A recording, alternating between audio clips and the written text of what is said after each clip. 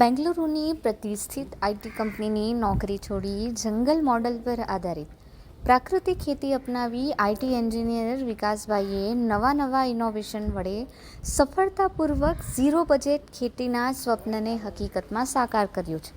10 લાખની આઈટી એન્જિનિયરિંગની નોકરી છોડીને તેઓ પ્રતિવર્ષ હવે 10 લાખ સુધીની આવક પ્રાકૃતિક ખેતીમાંથી જ મેળવી રહ્યા છે. શું છે તેમની સફળતાની કહાની?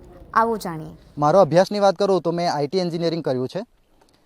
2012માં જેવું મારું આઈટી એન્જિનિયરિંગ પૂરું થયું એના પછી બેંગ્લોરનું પેકેજ પણ મળ્યું, પણ ત્યાં જઈને આખું સેટ થવા કરતાં મેં કુદરતના ખોળે પ્રકૃતિમાં રહીને કેવી રીતે આપણે આપણું જીવન સાદગીપૂર્ણ અને સ્વસ્થ અને સારું જીવી શકીએ એના માટે મેં પછી ખેતી અને ખેતી સાથે નેચરલ ફાર્મિંગ એટલે કે પ્રાકૃતિક કૃષિ તો 2019થી મેં શરૂઆત કરી. તો ધીમે ધીમે જેમ શરૂઆત કરી નવા અનુભવો થતા ગયા, નવા વિષયો આવતા ગયા. એવી રીતે પછી જે જંગલ મોડેલ છે, જંગલ મોડેલમાં અલગ અલગ ફ્રૂટો છે, એ પ્રમાણે શરૂઆત કરી.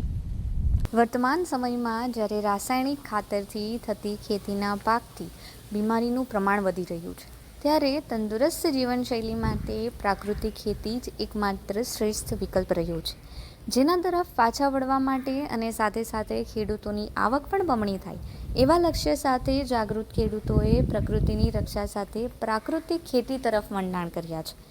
ત્યારે આજે વાત કરવી છે એવા સફળ પ્રાકૃતિક ખેતી કરતા ખેડૂતની, જેમણે આઈટી એન્જિનિયરિંગનો અભ્યાસ પૂર્ણ કરી બેંગ્લોરમાં આઈટી કંપનીના વાર્ષિક 10 લાખના પેકેજની નોકરી છોડી પ્રાકૃતિક ખેતી અને પશુપાલનને અપનાવ્યા છે અને ધાર્યા કરતાં બમણી સફળતા પણ મેળવી છે. માત્ર 31 વર્ષની વયે જ the southern Gujarat chamber of commerce and industries દ્વારા પ્રગતિશીલ ખેડૂતનું સન્માન પણ મેળવ્યું છે. સુરત જિલ્લાના માંડવી તાલુકાના ઉટેવા ગામના આ યુવા ખેડૂતે અનુભવી ખેડૂતોની બરાબરી કરી છે. નોકરીની શોધમાં રજળપાટ કરતા અનેક યુવાનોને તેમણે નવી રાહ પણ ચીંધી છે.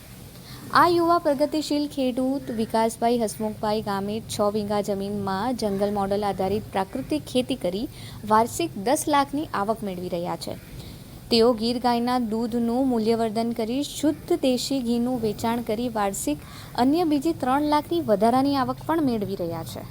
વર્ષ 2014થી 2017 સુધી આઈટી કંપનીમાં નોકરી કર્યા બાદ વિચાર આવ્યો કે પ્રકૃતિની વચ્ચે શુદ્ધ આબોહવામાં રહેવાનું છોડી શહેરમાં કોઈની નીચે રહીને કામ કરી પોતાની આવક તો વધારી શકાય, પરંતુ ખેતીમાં રહેલો તેમનો બાળપણનો રસ મૂંઝાઈ જશે અને ખૂબ મનોમંથનને અંતે માતા પિતાની સંમતિ મેળવી પ્રકૃતિ વચ્ચે ગામડામાં રહી પ્રાકૃતિક ખેતીનો નિશ્ચય કરી માતા પિતા સાથે તેઓ ખેતીકામમાં જોતરાઈ ગયા છે.